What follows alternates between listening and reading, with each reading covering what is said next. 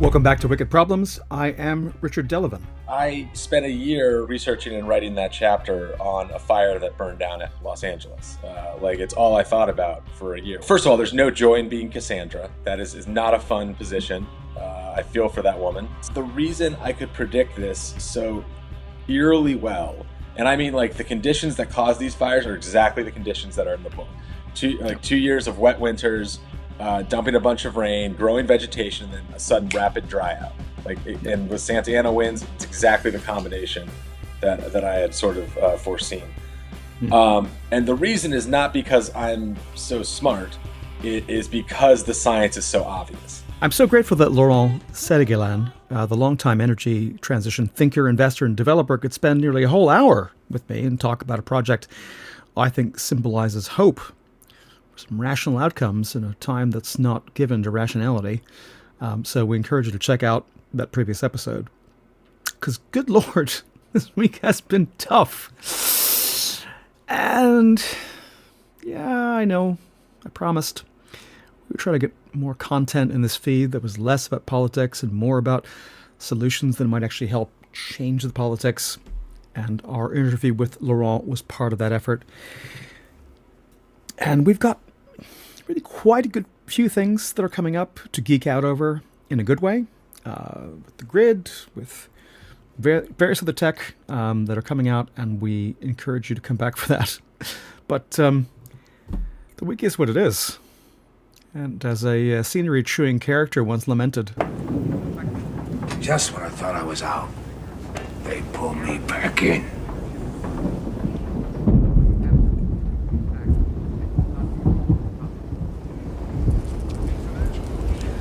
Our true enemy has not yet shown his face. So, here we are. Imagine living in Los Angeles. Imagine you actually wrote something nearly 10 years ago that pretty much nailed the fire we're seeing this month. Imagine you put 10 years of your life into writing a novel that cut no corners and tried to make real the stakes and the conflicts those disasters would bring up as a warning to act sooner. Now imagine the worst person in the world taking credit in some way for your work and using the tragedy that you foresaw to turn people against the solutions that would do something to stop more of these disasters from happening in future. But from Paradise to the Palisades, the problem is fuel. It's the fuel, the vegetation, the dry grasses, the chaparral. There's a tremendous amount of it, and we're not. You got to remove it. You got to remove it, and you got to remove it, and you got to do the other things that we've said 10 times. I mean, right. You got to remove it. You just can't have it. I see it even now. I saw the fire. We flew over it, and you got a lot of dry stuff. It's bone dry. And the environmental. And I predicted this 7 years ago. I said, do it, get it done. And everybody laughed. They thought it was, I said, forest management. They thought it was such a funny term. Ha ha ha, that's so funny. Now it's not funny anymore, we were right. It's number one cause of these fires. Number one cause. You wouldn't have any fires. Right. And if we just remove those environmental regulations, NEPA, CEQA at the state level, that get in the way of us doing those projects. It's all a con job, you know that, right? It's all a big con job. Town of Berry. So in case you missed it, the problem isn't the weird hydrological whiplash cycle of rain with more vegetation followed by drought, followed by. No. It's all about environmental regulation. If we had none of that, everything would be fine. Cool. How Stephen Markley, author of The Deluge, is keeping it together despite all of the above, I will never know, but I'm grateful he could make time to speak with me this week. And we will get into all of that. After my interview with Stephen, we'll share a few other thoughts on how Donald Trump used his trip to hurricane-ravaged North Carolina and fire-blasted Los Angeles yesterday to great political effect, which followed exactly the playbook laid out by folks like Dr. Genevieve Guenther in her important book from last year, and whom I'm excited to say we will be speaking to next week and bringing that conversation to you and on. So much is going on, and so much of it is happening at a velocity and volume, deliberately trying to overwhelm and demotivate us, that I now look a lot more like Godfather 3 Michael Corleone than I did a week ago. But as friend of the show and our first guest, Christian Hernandez at 2150 VC, wrote yesterday, after looking at all the anticipatory obedience on display at Davos, now is the time for something else, as he terms it, anticipatory rebellion. If you're enjoying this, we could really use your support. The best way you can help is by taking out a subscription at wickedproblems.earth. Any level of support helps us to continue this work, which I don't mind telling you isn't going to do itself, and if there's another side, they are infinitely better funded. But even if the way you help is to share this conversation with a friend or in the family group chat or leaving a rating and review on your podcast platform of choice, we would be very grateful. Now, here's our conversation with a returning champion of Cassandra's, novelist Stephen Markley, author of The Deluge. Stephen Markley, author of The Deluge. How you doing, man? I'm doing okay. Yeah, it's been a wild few weeks here, but yeah, doing good. You're there in Los Angeles. First of all, I'm glad to see you're safe and okay. Anything you can say about what it's been like the last few weeks, whether you've been whether you're in close or far away from it? I imagine it must have been pretty tough. Yeah, I mean, fortunately, I wasn't in either of the zones, east or west, that basically burned to the ground. Sure. I could see the Palisades fire from my place, from the balcony, and it was just, the smoke coming off of it in the distance. And then when the Sunset Fire began, which is sort of the one in the center of the city that they put out relatively quickly, but, I was, just out on my balcony looking at that and sort of, living through my novel for a moment, it seemed. But yeah, it's been an insane time here. It's been really, really nuts. And and on the one hand, it's sort of heartening to see people in the city, like donation centers packed, volunteers packed, just everybody sort of pouring themselves into trying to help people. And we'll see if that can maintain over the course of time as sort of the really hard work lies ahead. But yeah, I mean, it's been a wild experience. It's been incredibly bizarre and surreal, and all the rest of those sort of fruitless words to live through. Well, I mean, again, for what it's worth, on a very small scale, 30 years ago, I was working for the Red Cross in Suffolk County in New York, and basically the Hamptons burned down that year in 1995 after 100 days without rain. And so, the same dynamic, right? Except slightly less accentuated than, what you're experiencing, and the fact that Billy Joel's house might burn down, or pick a Hollywood star or whatever, and, in the Hamptons. And so as the the 20-odd year old comms guy for the American Red Cross in Suffolk County, doing 70-odd interviews because no one's got any information about how many acres or how many structures or whatever else. So it's the media interest. I completely get it, of the fact that it's just completely magnified, but also at the same time, when you're up close to it, it's just it does become pretty real pretty quickly. Yeah, absolutely. And, I think even though there were a lot of, the media coverage all goes to the celebrities' houses that burned down, but in Altadena especially, there's a lot of people who are just working class, work in the industry, union labor that works in Hollywood. And it's, it's those folks that are going to definitely be in the hardest spot after this. Exactly. Well, again, glad to know you're safe. Glad to know that people that are safe. And again, it's just I got to ask you, man, because it's a weird. I mean, it must be weird for you. I mean, more than most people, right? I'm not saying you're Nostradamus or anything, but the burden of having seen stuff and then put it to paper, and then you're kind of in the middle of it. Yeah, no. What's that like? I spent a year researching and writing that chapter on a fire that burned down at Los Angeles. It's all I thought about for a year. I have a go bag that I've had since 2017 when I started writing it. All the stuff that sort of people discovered, the app Watch Duty, which I had downloaded, I don't even know how long ago, because I was just It's something that sort of like in my head has been the potential has been there for, but you know what I keep telling folks in these interviews is that you know, well, first of all, there's no joy in being Cassandra. That is not a fun position. I feel for that woman. It's tough. Sure. Uh, Second, the reason I could predict this so eerily well, and I mean like the conditions that cause these fires are exactly the conditions that are in the book. Yeah. 2 years of wet winters, dumping a bunch of rain, growing vegetation, and then a sudden rapid dry out. And with Santa Ana winds, it's exactly the combination that I had sort of foreseen. And the reason is not because I'm so smart. It is because the science is so obvious. It is really a 1+1 = 2. And that's what I think is so frustrating about it, is that all the stuff we're living through and that we're going to live through, it's all there. And anybody can go look at it. Anybody can foresee it. But our, sort of the public reaction to it, the front-facing media reaction, and obviously our policy reaction is non-existent. It still has its head buried deep in the sand. Again, so I mean, I think you've been pretty open about your kind of views about how you had hoped the election last year might have gone, Sure. Various channels.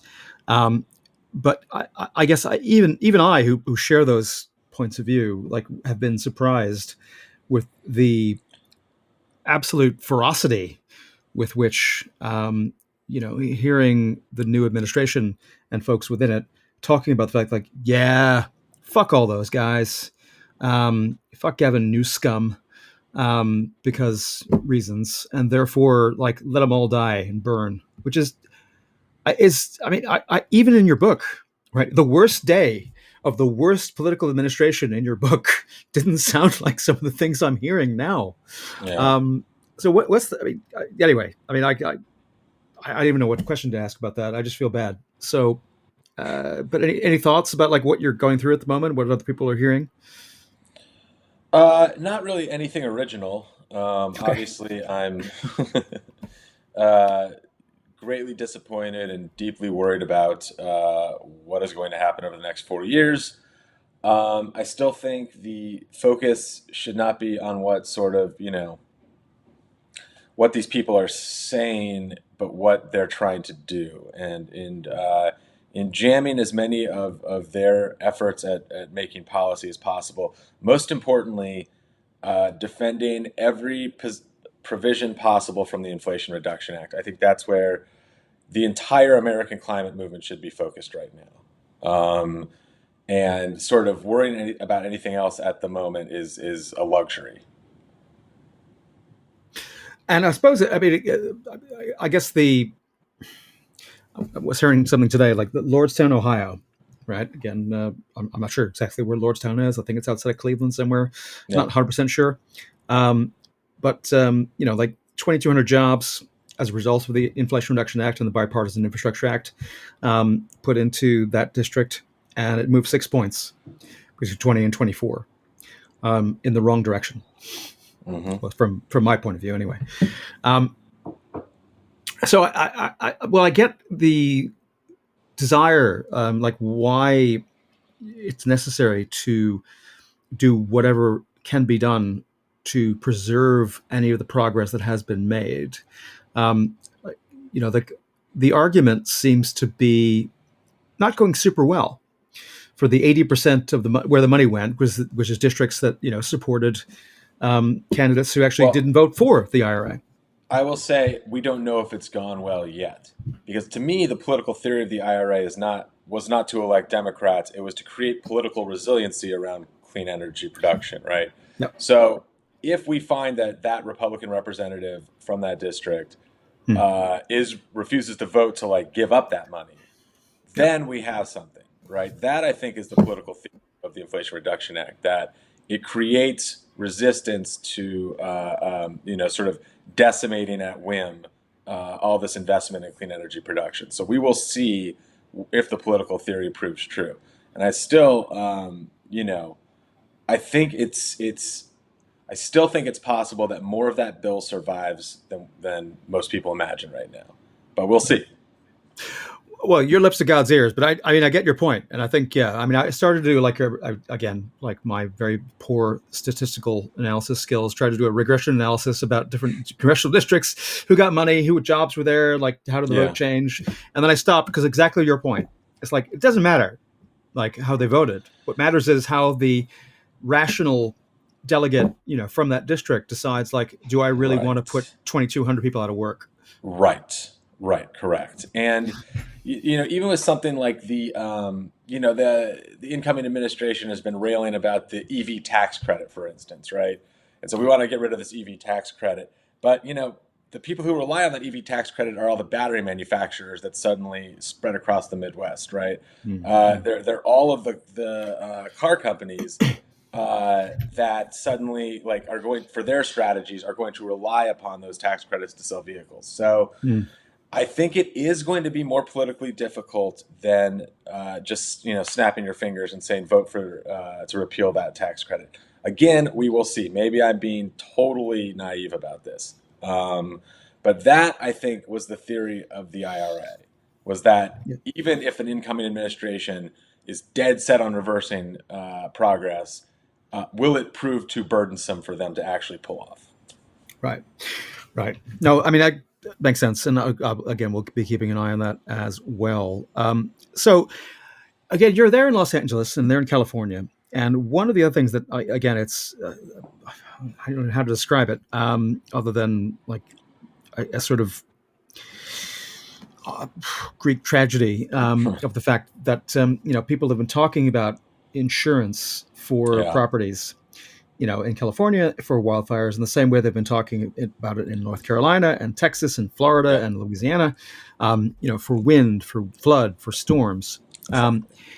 And the state legislature and the commissioner for insurance in California, in like the days before the fires broke out, basically, as I understand it, made two decisions. One, you can now actually change your rates based on your calculation of risk for climate change is number one. And they said, great, tick. But number two, if in order to get this benefit and keep writing policies in the state, you got to continue to like write policies in areas that are super prone to wildfires. Yeah. And that happened like 3 or 4 days before, the big breakout of the fires. Even here in the UK, right, it's broken through on the BBC, it's broken through in other media about the fact that like, oh, I can't get insurance anymore. And like suddenly everyone's paying attention to that. No one's quite made the connection of like, Right. oh, well, if I'm in Wales or in Hull or something, does that mean like climate policy might affect my policy as well for my house? They're not quite there yet, but we're working on that. But like, how is that? Again, like it seems so shallow in one way, but like to worry about that Yeah. stuff. But I suppose for me, and I think for you, it seems such an important long-term force for making people understand the consequences of inaction. Yeah, absolutely. And as you may remember from the classic novel The Deluge, this is exactly how things begin to play out. To not to spoil it or anything, but like the major crisis in the book is set off by the collapse of the insurance market. Right. I thought that would take much longer than it seems to be taking. This is something I had put out into 2037 or so. But like you read the regular newspaper now and you're like, oh my God, this is everywhere. And what I had not imagined in the book was I thought it would mostly be about wildfire and sea level rise, right? But even in the Midwest in the United States, it's hail damage. It's just regular storm damage from suddenly these super intense downpours. And so this is a time bomb waiting to go off, like, especially in the States where your entire pension, your entire sort of retirement is wrapped up in the piece of property you own. And if suddenly these are all uninsurable, we're in a big, big pickle. And especially in Los Angeles, like it already insurers were fleeing the state. I'm trying to imagine what insurance company is going to want to insure homes in the Pacific Palisades after this, or Altadena, or anywhere where there's that urban wildland interface. And maybe the insurance commissioner of California can coax these companies into staying in the state with various carrots and sticks. But in the long term, the climate crisis obviously bends towards chaos. And that's why, with all apologies to our good friend Rupert Reed, when we're talking about adaptation, if you get much past 2 degrees, 2.5 degrees global temperature rise, Los Angeles is an uninsurable, undefendable, uninhabitable city. And that is what really has begun to freak me out, is like, how are we going to keep most of these major population centers afloat when nothing is insurable in the city limits? I mean, I saw a piece today on Bloomberg that the entirety of Canada. Someone's asking the question whether or not Canada is entirely uninsurable going forward. Even Akshat Rati from Bloomberg, who we've had on the show, and who I mean, teasing would be the wrong word because it's too serious, but like, I've been chivvying him along talking about this stuff for a year and a half. Yeah. And he's like, well, blah, blah, blah. I'm like, now he's like, the piece he wrote last week was what happens for managed retreat in LA. Should we have managed retreat in LA? And it's like, yeah, obviously, so parts of LA, yes, but why are we even talking about this? Well, and during like the Dust Bowl, the federal government had to come along with a major like relocation program, like a national. And I think outside of something like that, you need that big federal backing to pull something like that off. But as in the deluge, like, I think this is eventually unavoidable. Like, there's just, you're looking at some of these areas where people are packed in, all along the coastline, all along the sort of the fire zone of the West. And you're like, there's no way, even at, the low temperatures, we're at now, that these places are going to, survive, economically. Like the continuing damage and sort of the accumulation of it is just going to be too intense. But hey, egg prices are down, right? Yeah. We'll see. No, I heard they're up by 40% this week, but that's fine because of the avian flu. But that's okay. Yeah, it's okay. Sure. I'm sure everything's fine. Well, I mean, it's again, I have a dark sense of humor, so therefore I make jokes that are perhaps inappropriate for people who might not want to hear them at a time like this. So I hope you can forgive me, and our listeners can forgive me. So what's on your plate at the moment? I almost feel like you're an Old Testament prophet, right? Like Jeremiah or something. Like, basically, you're there, you see what's coming, you write that shit down. It's got to take a toll. So, like, first of all, I hope you're okay, because like, I don't know where I would be in my head if I were you right now, given the fact that you brought with such clarity and urgency and as a warning, here's the things that are going to happen, guys, unless we do something like dramatic right now. I'm not like so concerned with my bruised and battered head. That'll be my my issue to deal with. I really I just am like, just a little pissed at my like fellow Americans who decided to stay at home this election and sit around while this, which is basically the story, is a lot of Democrats just like didn't turn out. And I just want people to see the urgency of what's ahead of us. And it feels like, to me, everybody is still in 1996, and this is all just like, oh, well, blue, red, all the politicians are the same. Like, and I just can't impart strongly enough on how dire our global situation is and how quickly we need to move. And when you sit around, you make a distinct moral choice about what you want to see happen with your future. Like, I'm trying to imagine the parents with children who just decided, Kamala, not for me, and sat at home. So, like, I mean, last thing I know, that like no character in your book, in The Deluge, has been a composite. And again, you might have seen Tajia Mueller, fan favorite of the show, in addition to your good self, Stephen, raved about the book, endorsed the book, put it up on the screen to make sure everyone saw the book. He's a bit of a madman, but he's very popular over this side of the Atlantic.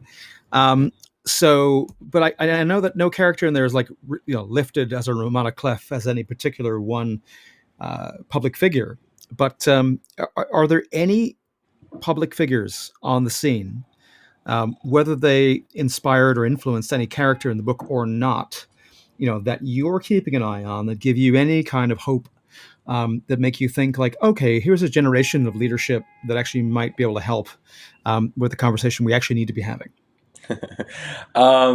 I mean, I'm sure there are. I just have been. What? That's okay. That's okay. That's okay. That's an unfair question, I guess. I've just been kind of in a hole for a minute as I prepare for this new reality, and so. Look, like I would love if there would emerge those public figures. I'd also love if just ordinary people sort of buckled down and started thinking harder about how to influence their elected representatives, the businesses they work for, wherever you have leverage, to start pushing on those levers.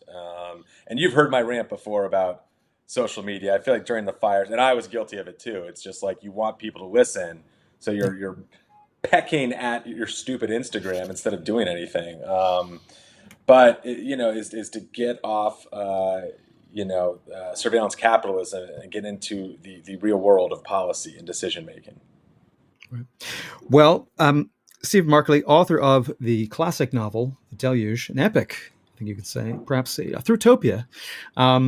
We're so glad you could join us, and so glad you're safe and well. And so, Stephen, I hope you'll come back again soon, hopefully under better circumstances. Yeah, thank you for having me. Appreciate it, Richard. My thanks to Stephen Markley for joining us for that conversation. So, bring you a couple more things, some highlights or lowlights or whatever from the presidential trips to North Carolina and Los Angeles yesterday. First, as I think we'll talk about more in a moment, let's just hear what the President of the United States had to say about what the Emergency Management Agency that supporters of his prevented from actually entering certain areas of North Carolina to actually provide disaster relief, had to say about what should happen to that agency.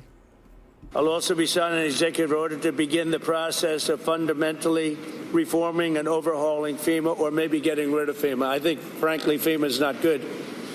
I think when you have a problem like this, I think you want to go and, whether it's a Democrat or Republican governor, you want to use your state to fix it and not waste time calling FEMA. And then FEMA gets here and they don't know the area. They've never been to the area, and they want to give you rules that you've never heard about. They want to bring people that aren't as good as the people you already have.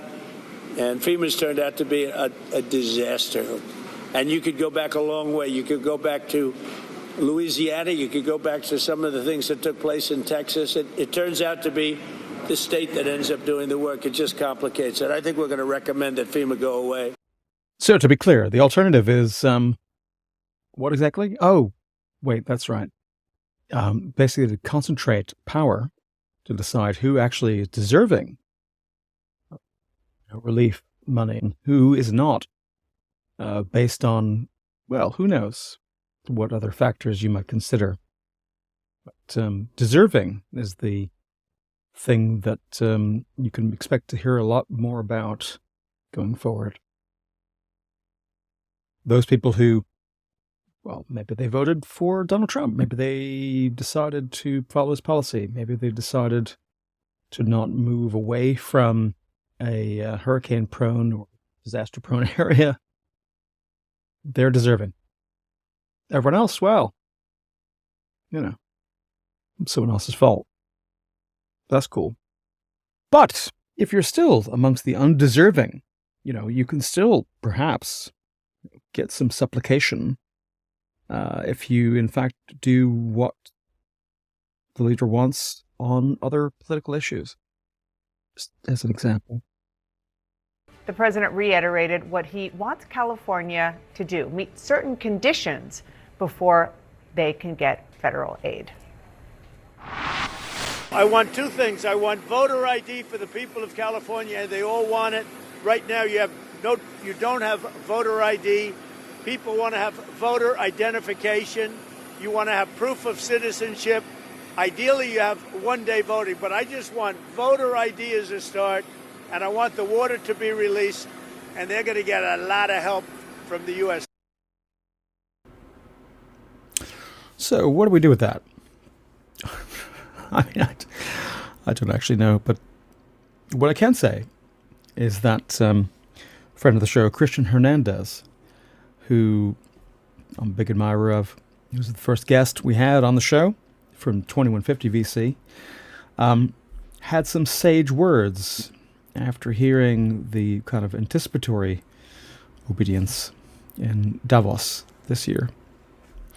So I'm just going to quote something he wrote in the last couple of days. Maybe it's important to speak less about carbon mitigation or the fact that 2024 was the first year the planet surpassed 1.5 degrees, and instead change the narrative to providing resilience, risk avoidance, and capital preservation. See LA fires, these figures are out of date, so I'm going to quote them. Spain floods, 1.8 billion. Hurricane Helene, 200 billion. So, with all due respect to those captains of industry, as Christian says, fuck obedience. For those of us that stay the course, the capitalistic outcome will be amazing. And I believe that's true. And as a helpful correlation, we might have saved those obedient folks trillions of dollars, along with millions of lives. And he ends by saying, in shorthand, let's fucking go. Which I'm down with. But if you wanted a good example, as a moment of Zen, as we close, to have some anticipatory rebellion, I can do no better than to recommend this clip from a member, well, a Danish parliamentarian, responding to the new President of the United States and his desire to own Greenland. So thanks for coming. Hope to see you soon. Dear President Trump, listen very carefully. Greenland has been part of the Danish kingdom for 800 years. It's an integrated part of our country. It is not for sale. Let me put it in words you might understand. Mr. Trump, fuck off. Når det er sagt, så må vi sige, at både danske og grønlandske politikere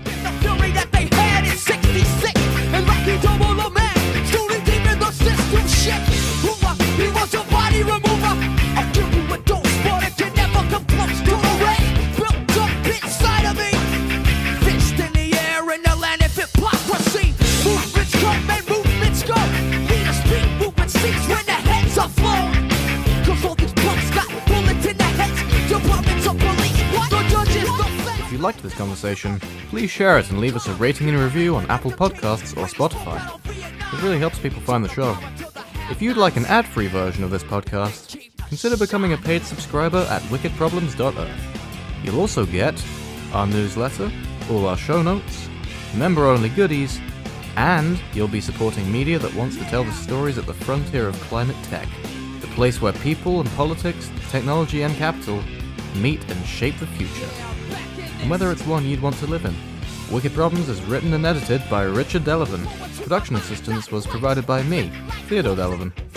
Wicked Problems, Climate Tech Conversations, is a production of Wicked Problems Limited. Thanks again for listening. I'm like taking photos, bad boy kicks open the shutter, set the groove, just thinking